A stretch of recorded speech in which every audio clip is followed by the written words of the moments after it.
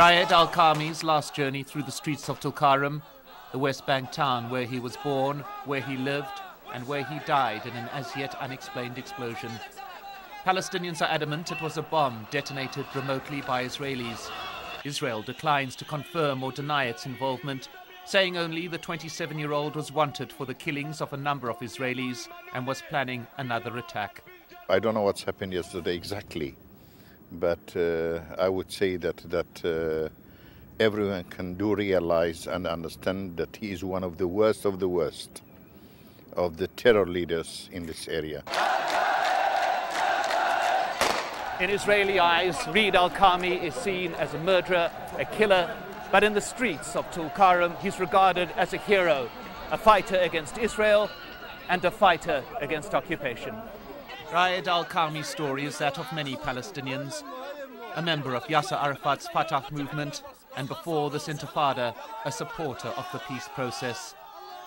But on the last day of December 2000, an event that changed the course of his life, the killing by Israeli forces of a Tul Karem dentist and Fatah leader, Thabit. He was a man of peace, an advocate for peace.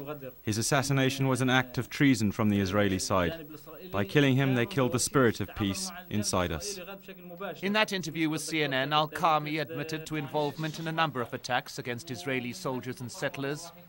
And then in September last year, he became a target of attack. A missile launched from an Israeli helicopter struck his vehicle. Al-Karmi survived, but two fellow activists traveling with him were killed. Their faces fluttered on flags in his funeral procession, proceeding through Tul Karem and past the house in which he once lived.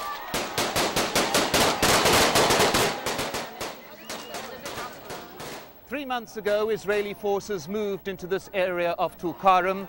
They bulldozed these houses behind me, one of them the house of Raed al-Karmi. His wife and daughter moved in with a family who lived just down the road. The name of the daughter, now 6 months old, is Palestine.